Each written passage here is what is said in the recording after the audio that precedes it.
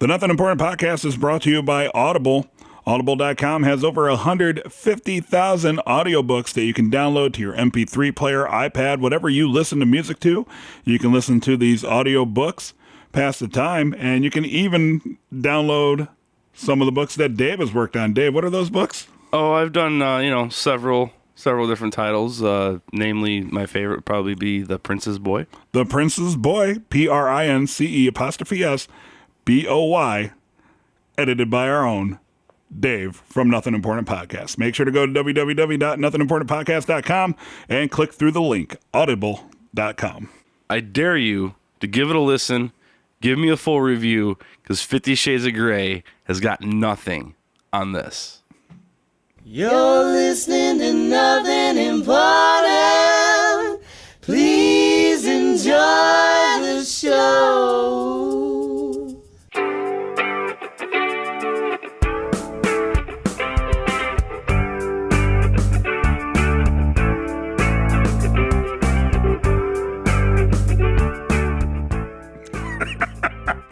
What? It was just kind of funny, like just the turn and the nod. In 5, 4, 3. Ladies and gentlemen, this is the Nothing Important Podcast coming to you from Third City Sound in beautiful downtown Joliet, Illinois. Hey, my name is Brian. Dave, how you doing today? Well, I'm doing fine, Brian. Let's get this going. You know what's going to happen? I hope that our podcast eventually gains some sort of success. And for some reason, we're offered like a small show on like terrestrial radio. And then somebody hears that and they're like, you know what? I'm going to rescind that because you assholes just made fun of every like radio DJ. You remember Dave and I, just a quick story real quick. Dave and I, along with our buddy Tim Brent and some others, like we had fun for like years and years and years playing in our band, right? And one of my favorite stories to tell is we were at a place in Normal, Illinois, and for whatever reason, they brought in a radio station that night. And he's like, "Hey, this is John from 96.7 at the White Trash Stand Show." And so, like, on stage, I start mocking the guy. I was like, "This is me up here on the microphone talking in my cool radio voice." So, I hope somebody hears that and be like, "No, these guys are just fucking dicks." It's funny because there's a DJ that I actually liked on the rock station down there. And he didn't have, he had an interesting voice. It was kind of like that, but not really. Mm-hmm. And then I got a job telemarketing or whatever, like doing the thank you for choosing Verizon fucking calls. Yeah. The courtesy calls. Uh-huh. And that dude trained me. Really? And so he's training me in this voice. Like, that's his real fucking voice. He's like he goes to the gas station, like, I'm going to go ahead and put $30 on the regular. Because it wasn't that intense, but it was like kind of like that. It was like, so what you got to do is you got to call the people and, say the script and sometimes blah, blah, blah. And I was like, dude, wow. Those people are so lucky to get a call. Like, thank you for choosing Verizon. This is Steve. I hope you're happy with your service. And if you have any questions, I'd like to answer them for you now. Do you think he did the whole But first, we have a letter. Jenny from Bloomington.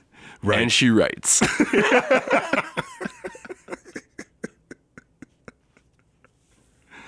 Oh, we're such nerds. I know, this is awesome.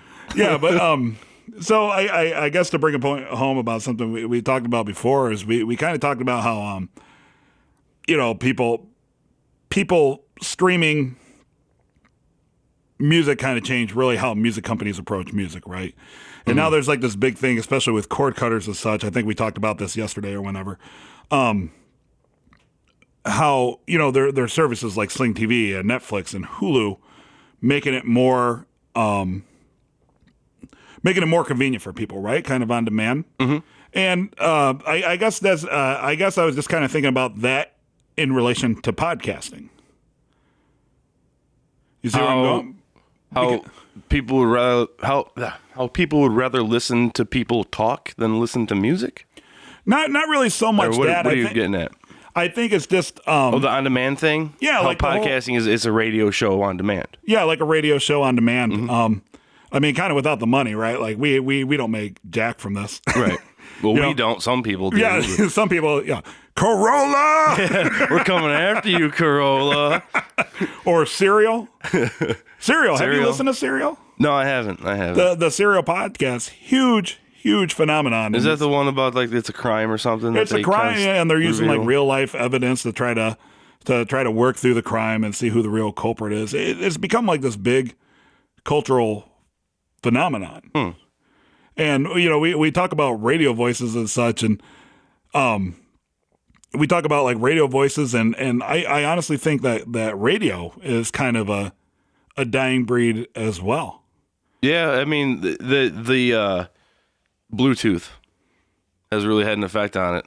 Bluetooth? Because like I can't jump in my car and pull off something on my phone, listen to it through my radio, because I have a 2007 model vehicle. Not fancy schmancy, I guess. So I don't even have an aux input. I don't have Bluetooth. But nowadays, you hook your car up, you hook your phone up to your car's Bluetooth, and then you can stream anything you want. Now everything's on demand, so you can listen to a podcast in your car. Where I'm forced to listen to the radio, but as we move forward, that's less and less. Where you're forced to listen to the radio, and everybody just wants everything on demand. At their convenience, because you get in your car, you have to jump in the middle of a show. Right. Yeah. know? There's like no rewind or what is it? Skip backwards like 10 Right. seconds and then skip forward like 10 seconds. Right. So, and they say a lot of things about radio is that the average listener listens to a radio station for like 7 seconds. So they're constantly repeating themselves and they're constantly going back to topics. Whereas in podcasts, the person's listening from front to the end, so you don't got to do that. So yeah, it's changing the game, really, about douchebags talking about shit. Like us. Yeah, exactly. Like that's the thing. Like we call this a nothing important podcast, but honestly, like is anything on the radio really that fucking important? Right. You're just listening to some asshole's opinion on something. Right. All they do is grab like the top 20 stories of the day and then Yeah. like keep rehashing it. And then it's like another team of people come in 2 hours later and Right. rehash the same goddamn stories. The only special thing is if you get an interview or something and you got somebody that, like a sports broadcast gets the Bears coach on. Right. Right. I'm not going to interview John Fox anytime soon. Right. Well, I guess where I wanted to bring that up is that we'd actually like to thank everybody out there for listening to us. Oh, that's where you're going with this? Yeah. Oh. Where'd you think I was going? I don't know. Just talking about the production of audio entertainment, I guess, in general. Well, it's kind of funny. I mean, we're actually, for a podcast, we're actually kind of highly produced because, once again, I mentioned Dave is actually a professional audio engineer. Professional audio engineer. We're sitting here at Third City Sound right now. And Professional audio studio. and I guess I just wanted to thank everybody for listening because like we're not like millions of downloads, but like we tend to we've reached quite a few thousands of people, and Yeah. so I think that's absolutely awesome. And why we're kind of going at this new format where Dave and I are trying to bring you a few more episodes and a few more interesting things. We want to be somebody that you would listen to like you would on the radio. We're going to talk to interesting people, and we're going to act like complete jackasses. Right. And we also want your participation. So what we're going to do is during these shorter shows, we're actually going to have like a mid-show music break where you out there can send us one of your band's songs, and we'll play it. And I'm not going to guarantee like millions of listens, but you'll probably get a couple thousand out of it. Yeah, at least a few hundred. I mean, At least a few hundred. I mean, ears are ears, right? yeah, exactly. So please make sure that you go to our website, www.nothingimportantpodcast.com. You send us a link to your band's website. Send us a link to a downloadable link to your song. And if it's good, it's got to be good quality, right, Dave? You can't Yeah. send us something that you recorded in the bathroom of your. I'm not gonna lie. I'm gonna go through. I'm gonna handpick all the entries. Yeah, that's totally Dave's job.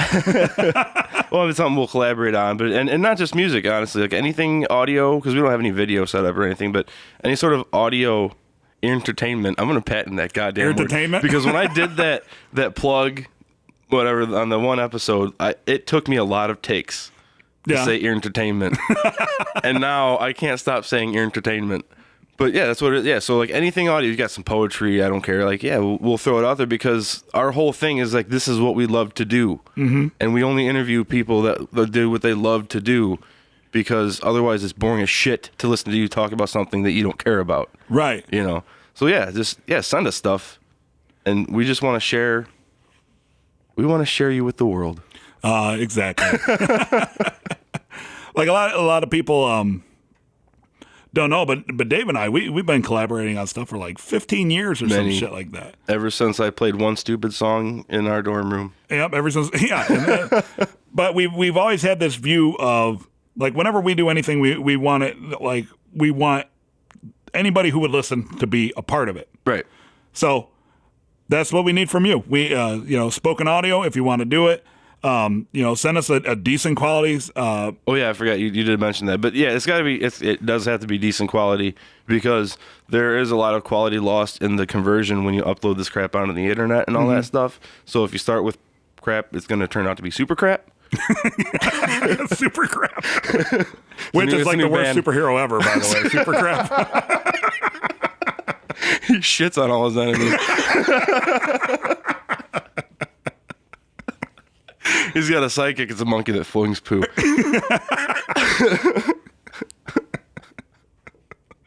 Let's go, Flingy. Some citizens are in need. But yeah, no, like decent quality. If it's decent and listenable, and if it entertains us, we'll put it on there. That's the thing, because all we do is try to entertain each other. Like, we're just trying to make each other laugh. Right. And hopefully you guys do too. So yeah, send it in, and fuck yeah, we'll throw it up there. Today's mid-show music break is the Vaudevillains with SWP number 3.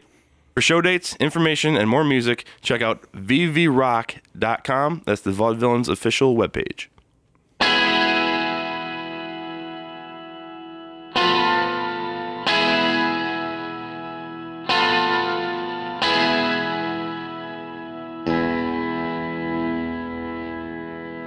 Brace yourself for this broken heart that nobody will ever know about. Waste yourself on these open parts where the corners have fallen off. Hear your voice and my tiny heart as the water drips and drying out. Touch the wheel and this distant steer while the riders forever doubt. And they doubt.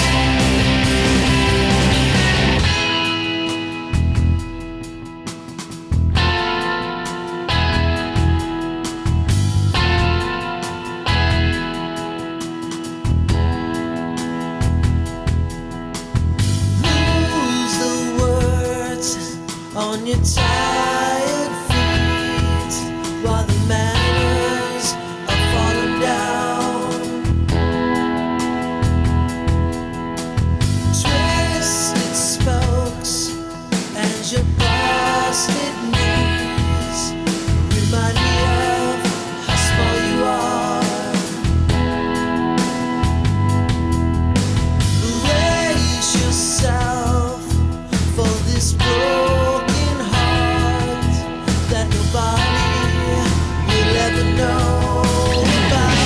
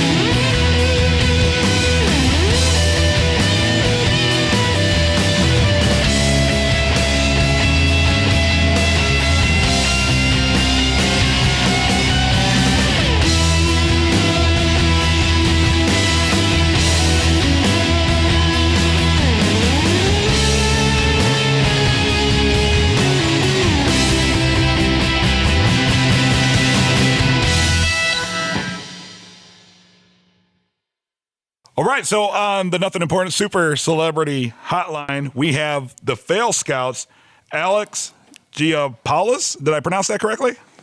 No. Okay. Off to a good start Let already. me stop you there. Let's get proper pronunciations down and then record us saying. I kind of like the fact that I botched it, and he was like, no. It's just it's Giannopoulos. Giannopoulos. Man, I was way off. I was way the fuck off. All right, That so. was. I thought it was funny too. And then Dennis Muscari. Yeah, Yep. okay. Dennis, okay, perfect. We'll take all that out, which whenever we say that, it never comes out. Yeah, on the we show. usually just leave it in. No problem. So awesome. So you guys have a podcast, Fail Scouts. Do you have a website for that? Yeah, failscouts.com. Yeah, and almost- it's a podcast we just started, and we just kind of try to give a look of production that people don't normally get, kind of just of our perspective. a little bit behind the scenes, you know. Very cool. Yeah. And just for our listeners, you guys are actually location scouts for Breaking Bad and Better Call Saul, correct? Yeah, that's correct. Yeah, we is both correct. were the assistant location managers, and that included scouting and the logistics of shooting on location. Yeah, Is all what- the planning. Is what we were in charge of. Yeah, and we did seasons. We were on the pilot of Breaking Bad. Yep. And then we returned in Seasons season 4 and 4 5. and finished it out, and then we did the first season of Better Call Saul. So you're based out of Albuquerque? Yeah, we're both locals. Yep. Okay, so when a TV show or a producer comes, how do they find you? I'm kind of interested in how do they find location scouts? Do you have like a previous relationship with the production company or an AMC, or is there like some sort of agency? How would a producer or director who wants to have shooting locations, how would they get a hold of you? What's that whole process like? Well, it's some of it's people you know, but we're both part of a local union, Yeah. workers union. So we're listed in that as location managers. So when a producer comes to town, sometimes he goes off of that list, and sometimes he talks to the local film office, who we have a good relationship with, and they recommend us, and we just get a call. But a lot of the time too, I think you establish relationships with these producers and stuff that come in and out of town, and they talk to each other and they recommend people in Albuquerque too. So it's kind of a small community. And I realized, like as I was going through how tiny it was, I thought you're going to be meeting a whole bunch of different people, and you kind of see familiar faces over the years. Yeah, but we're kind of like contract people. We get hired by each production and laid off, and each when the production's over. So each season of Breaking Bad, we were hired at the beginning with new start paperwork, and then we get laid off at the end. That's basically for everyone in the crew. It's kind of how Yeah. the movies work. Right, and Albuquerque's kind of like an up and coming location for filming, right? Like I believe I read an article because of the taxes and the cost of doing it in places like Los Angeles and New York City. Albuquerque is very friendly to production budgets. Yeah, It has. absolutely. And around 2005, New Mexico set forth really generous tax incentives that attracted a lot of productions, and it's blossomed from there. And and Dennis and I kind of started just working as PAs when they first started working.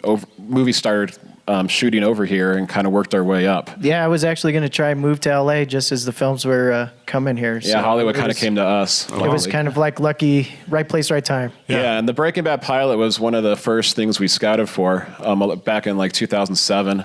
Or the first things I scouted for, yeah. Location, right? That's what it's about. So did you guys go to school for that, or did you somehow fall into? I always say Location scouting. I always try to say locations chooses you. It's an odd job. Yeah. I didn't know what it was when I got the opportunity, and I just get a phone call. You want to do locations? Like, yeah, I just want to be in the movies. I said yes. I didn't even know. Yeah, what well, it was. you did go to school. There was a I local. went to a film crew training. Yeah, there was a program. local university. Lunar University did like a film training program, so that's how Dennis got a call. Yeah, I like to say I was a political hire. he was a political hire. The movie was filming at my family's diner, and I scored a job on it, like dumping trash, and I kind of just kept doing it. Yeah, doing So something. I kind of did fall into it. I'm a college dropout. Nice to meet you. Dropped out of college, went to vocational school to do audio. So as location scouts, how much professional experience did you have before the producers of Breaking Bad contacted you? Had you worked on any big projects previous to that? Yeah, totally. We've been doing it for about 9 years. Oh, okay. Wow. Yeah, so we did a few seasons of In Plain Sight, which shot here in New Mexico. We did the TV series called Crash for Starz. There were a lot of small features before that. A lot of small features, some bigger Beer ones. I worked Fest. on Lone Survivor, the movie. Dennis and I did the year one. Yeah, the with year one for a Jack bit. Black. Really? Yeah, had a New lots of Mexico random little stuff. I don't know if you've heard of Hamlet 2. Yeah. I've heard of. Yeah, Is that good? It's, Yeah, it's I kinda think it's funny. fun, man. It's You should kinda check corny, it out. But it's funny. We were straight to video stuff. Lots of pilots that never saw the light of day. That Cuba Gooding Jr. line watch. Oh Yeah, man, we did the Sarah Connor Chronicles pilot.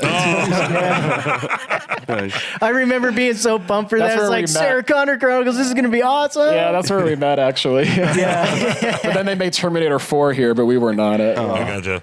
What?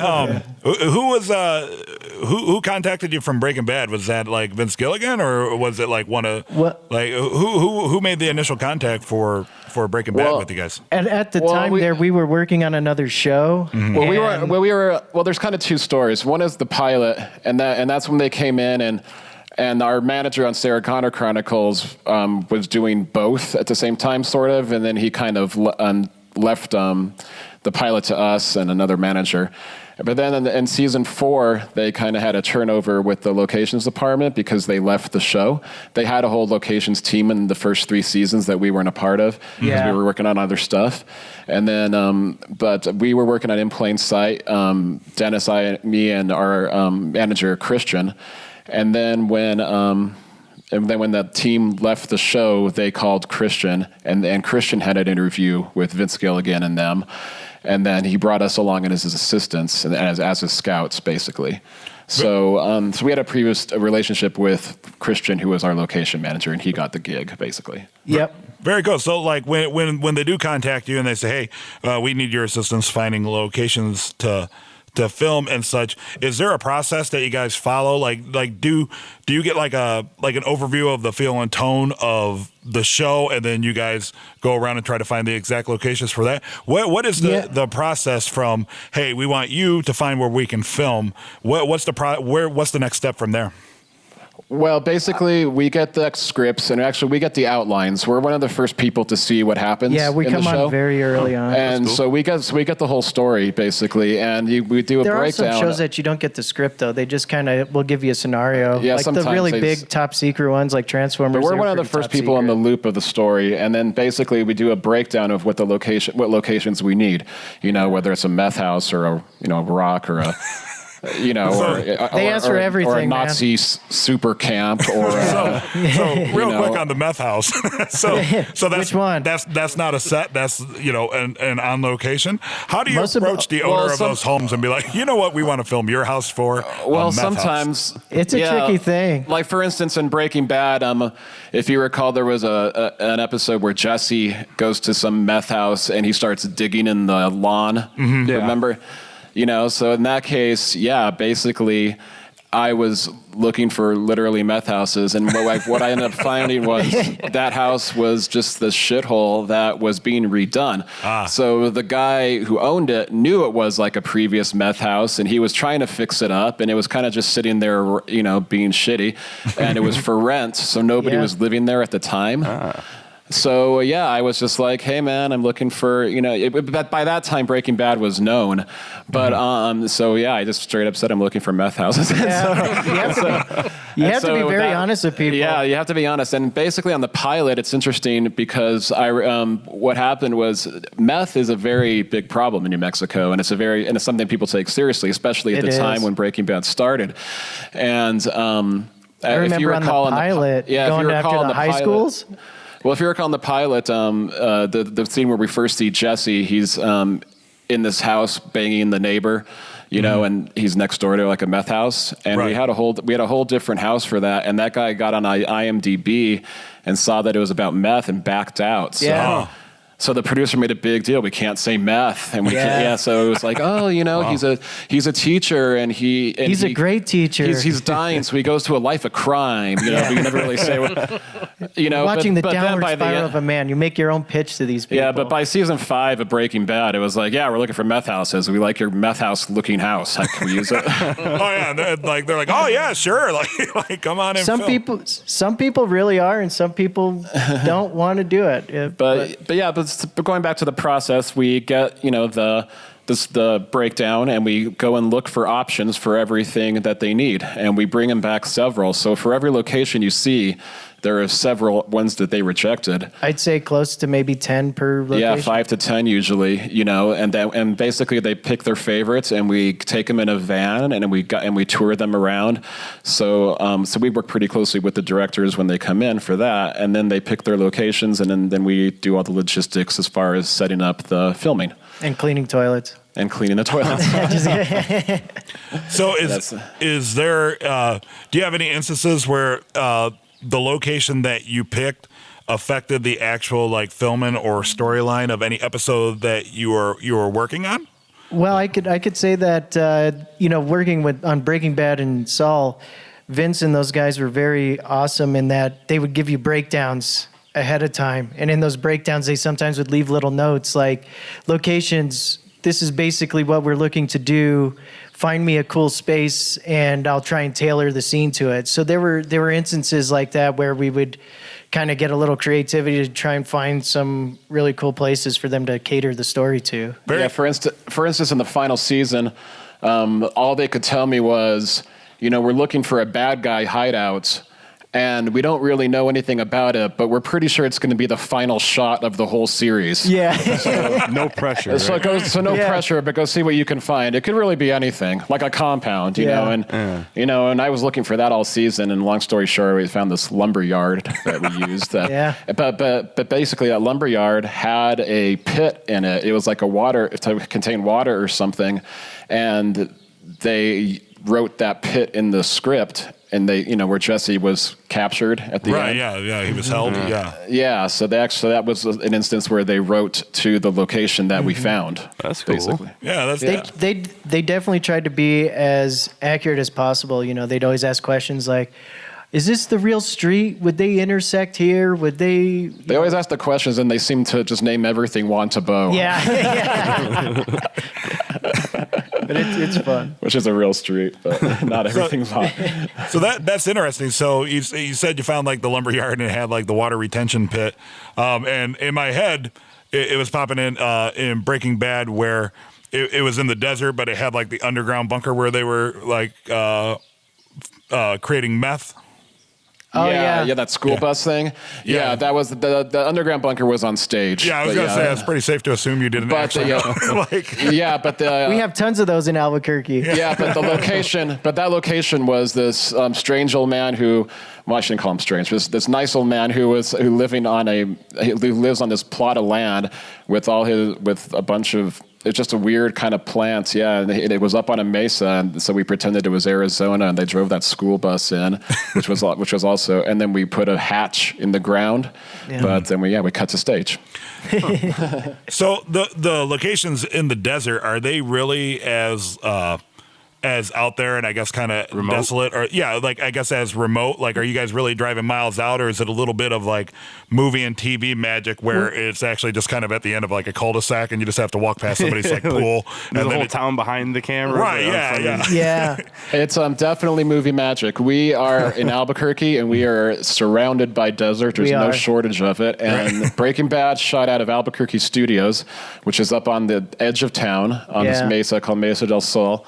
And you look one direction, you see Albuquerque. You look the other direction, and you see nothing forever. And that's our back lot. Yeah, and that's where Breaking Bad shot a lot of sequences. That plane landing, and when they met Mike. Every season, it's just filled with that area. Mexico. They just would pick different sections and look different ways, little angles, just figuring it out. And Breaking Bad had so many deserts that they always wanted new deserts. So and so we found like dunes. I don't know if you remember those dunes that were at one. And then there were things like in Better Call Saul with the Kettlemans in the woods and stuff, and that's not so much desert as by the Bosque, but he walks up the foothills, which is kind of the mountain desert, and then we cut to the Bosque where we actually shot the woods and the Kettlemans inside. And for those of us that don't know what a bosque is, what is it? Oh yeah, sorry, that's yeah. our riverfront property, That's what New Mexico- like where the cottonwood trees are. Oh, It's okay. called the Bosque. Yeah, it's the out river here. area. Yeah. That's what the New Mexico.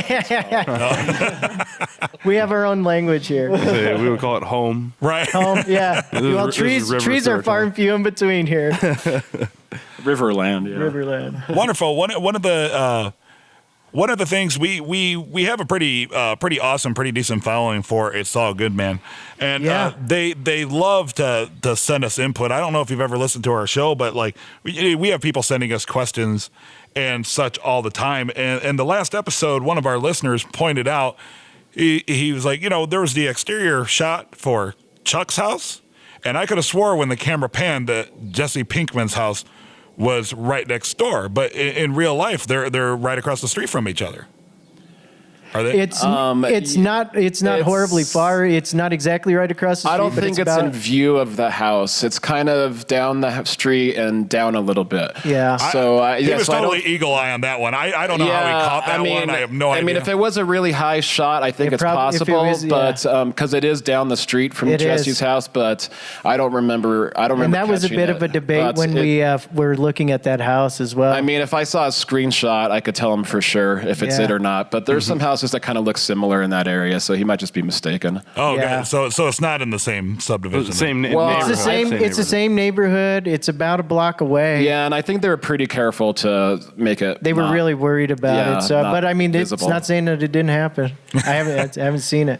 But yeah, but it is true that they're in the same street. Yeah. How did the neighborhood folks react to you guys when you're out and filming? Because I know you mentioned Transformers, and I live in an area of Chicago where they film a lot of the like Chicago city shots for like Empire and Transformers, and Yeah. personally, I hate it because there's no parking in Chicago as is, and then when they put 2 blocks worth of production trucks, then we're now parking like 2 miles away from Yeah. our house. Like, do you have any negative reactions from the people in the neighborhood? All the time. Yeah, and that's basically part That's of our our job. job. Yeah, we're the PR. We're the ones that have to notify the neighborhood. We're the ones that deal with neighbors who are affected Yeah. and that we have to actually pay. My question for you is in Detroit. In Chicago, do they give you like a letter? Do they tell you what's coming up? Yeah, And any. Yeah, they'll come and post a flyer on the door, and that's Yeah. pretty much your warning. But every once in a while, like the flyer won't get there for whatever reason, and like maybe it falls off or something, and then I wake up in the morning and some guy's banging on my door telling me I got to move my car because they need to park a. That would be my PA and or myself. That would be knocking on your door. Yeah, but it's interesting you brought up that neighborhood because that neighborhood has had a lot of filming. Ever since Albuquerque started getting filming. That neighborhood's called the Country Club area, and it's a really beautiful neighborhood with really nice houses that is filmed often. And the people have been the very people were there great. were a little fed up when Yeah. when we inherited the show in season 4. I mean, it was kind of when Albuquerque was still learning how to be a good presence, and there were some bad productions, not really Breaking Bad, but other ones that made things difficult. And so when we went back to that neighborhood in Better Call Saul, and we were going to use Chuck's house as a recurring location, we tried to We were sway very him against upfront. it. We were like, Yeah. we don't want to go back to that neighborhood because they're sick of us, and just, and they were very happy when, and as you may know, Breaking Bad locations have turned into a tourist attraction. So Yeah. tourists go up and down that area all the time now. All the time. And so, but the thing is, Chuck's house is a very unique house that they fell in love with, and so we went in head first this time, and we talked to the neighbors personally, and we told them what we were up to, and we just said, how can we make this work without as easy as we can, and I think we came out this time with them being pretty pleased with us being there. I mean, I would like to say that most of the people there, I feel, are pretty supportive, in that neighborhood. I mean, they're pretty supportive of the film, and they do try to help us out quite a bit. And we do, like you said, we take up the blocks, street blocks with the trucks, but It's not without imposition. It's unfortunate, and that's why we try to just be upfront possible with them. I know, like I try to go to neighborhood association meetings if I can and talk with them there about stuff. You go to neighborhood association I meetings? have, yeah. Wow, you are dedicated. It works. on that. It works. You talk to everybody, you get it out. You know, So, it helps. do you guys pick up okay? Here, let me put it this way: did you guys pick the laundromat location in both Better Call Saul and Breaking Bad, Not the salon. or the salon location in both because he launders some money through? So I guess No, actually, both of those happened. Well, the one in Saul, our scout Cindy found, and then the one in Breaking Bad, I think, was season, I want to say 2 or 3. Well, no, but you know what's funny about the laundromat is I showed it to Vince. Yeah. Basically, in the pilot, there was some scene that they cut out, and they wanted it somewhere weird, and the production designer, they just wanted it somewhere interesting, and the production designer suggested a laundry, and I scouted that laundry, and Vince looked at it, and then, but then, like I said, we weren't on seasons 1 through 3, so I'm not really sure how they rediscovered it, if Vince remembered it or not, but that's a real laundry, and the machine really tips over like that. Oh, really? Yeah. It's meant to just dump the towels and stuff into another container, you know? Yeah. Right, yeah. But then the whole super lab was on stage, of course. Yeah. You know? Yeah. But the nail salon's a real place, and they painted a mural on it, but besides that, it looked exactly like that with the fish tank and everything. Yeah. It's a great looking location, and the Super people friendly guy. and the people are there now, and they're super nice and they're super into it. And and then you go in the back, and in reality, there's just a closet back there, but they built that room for Jimmy in the show. So you could totally settle something that our listeners have been debating back and forth. Is the nail salon in Better Call Saul the same nail salon in Breaking Bad? Well, when was there a nail salon in Breaking Bad? I don't remember. But they're getting- when he was giving him ideas to launder the money, he says you can use Yeah. the salon to launder your money through. No, they're I'm not. I would say maybe. I mean, the writers were very conscious of the previous episodes and putting little Easter eggs in. Oh, you know? yeah, that's true, So yeah. they may have written the nail salon in for that because of that line in Breaking Bad. It's certainly possible. I could ask him next time I see him. But I don't know. But they were looking for a nail salon from the beginning when we got the outline for the first They did, episode. yeah, they so were. it was very specific. They wanted it to be a nail salon. Mm-hmm. That would make a lot of sense then. Yeah. Did you guys have a hand in picking out the nursing home? Which one? Yeah, absolutely. No, Well, just kidding. basically, so the nursing home is a pretty interesting story because Yeah. we inherited the show. We're shooting TO inside a community center, and it's the same community center, and it's a community center that we pretended was a nursing home. Oh, okay. And it has like that rec room. And then we used that in Better Call Saul in this previous episode as the same place. Yes. Where they're eating the Jello and stuff. Yeah. But in as you know in Breaking Bad. When Gus died, that's a different place. Yeah, when Gus, they wanted, they needed, what they wanted to do was they wanted to build, so in the Gus episode where his face gets blown off, they wanted to build the inside of a nursing home because it was a big stunt, and they thought we would have to contain it on Yeah. stage. Yeah. And so they had me looking for exteriors because the real one we were shooting is a community center. So I was out looking for exteriors for nursing homes. And I was taking Vince Gilligan around because he was directing that episode in season 4. Yeah. And him and I were looking at this one, and then I saw behind us that there was a closed one that I didn't even know was there behind an existing one. And Vince was like, "What's with that place?" And I was like, "I don't know." And I ran over there, and it was a giant, empty, closed nursing home that was basically set to be remodeled. Yeah. and it was an amazing place, and they Yeah. let us in, and they let us do the stunt in there. We actually blew up a room in that actual place, and Vince loved it. He was so upset that he didn't have it since the beginning of Breaking Bad, because it was sitting there. They could have had it the whole The series. whole time, yeah. But he utilized it. But then they actually wanted that for Better Call Saul. But at this point, it's already been remodeled into a new nursing home that's operational, so we couldn't go back. Yeah. That's funny that there was So a you went nursing. back to the community center. Yeah, so we Yeah. went back to the community center, which did look the same as it did in Breaking Bad. Yeah. So that's an Easter egg to the fans. Oh, that's great, man. Well, Yep. Your podcast is Fail Scouts. They can find you at failscouts.com. Guys, thank you so much for coming on and chatting with us and give us some of the inside stories about the locations of the episodes and how you guys go about it. That's incredibly interesting, and you guys do really great work for both of the shows. Well, thanks. And if you find us interesting, please tune into our podcast. We just started it, and we basically just talked about stories like that. Yeah.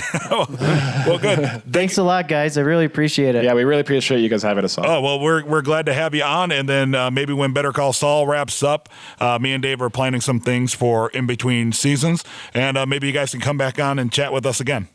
Sure, we'd be happy to. Sounds awesome. All right, ladies and gentlemen, that is the Fail Scouts. Check them out, failscouts.com. Subscribe to their podcast on iTunes. Thank you very much, guys. All right, have a good Thank one. you. Take care. All right, cool. Thank you, guys. And that's going to conclude the Nothing Important podcast. Check us out Twitter, Facebook, our own website, www.nothingimportantpodcast.com. Dave, you can stop recording now.